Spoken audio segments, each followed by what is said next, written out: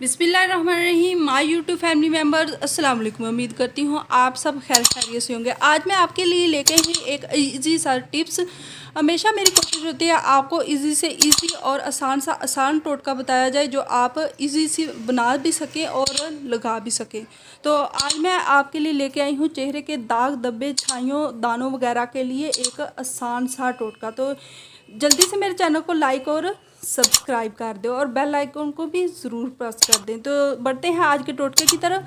आपको सिर्फ लेना है पुदीना और पुदीने की पत्तियों को अच्छी तरह से साफ़ करके धो लें।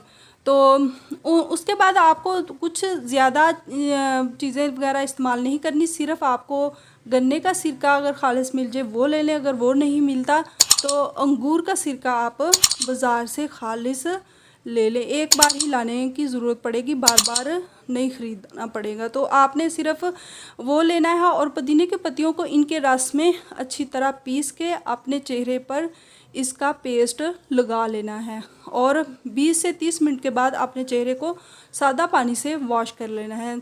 और लगातार आपको 2 हफ्ते ये टोटका इस्तेमाल करना होगा। 2 हफ्ते के बाद आपका चेहरा बिल्कुल नीट और क्लीन हो जाएगा। ना सिर्फ इसमें इसके ऊपर जो दाग धब्बे छाइयाँ थी वो दूर हो जाएंगी, बल्कि दाने वगैरह भी अगर हुए वो भी ख़त्म हो जाएंगे।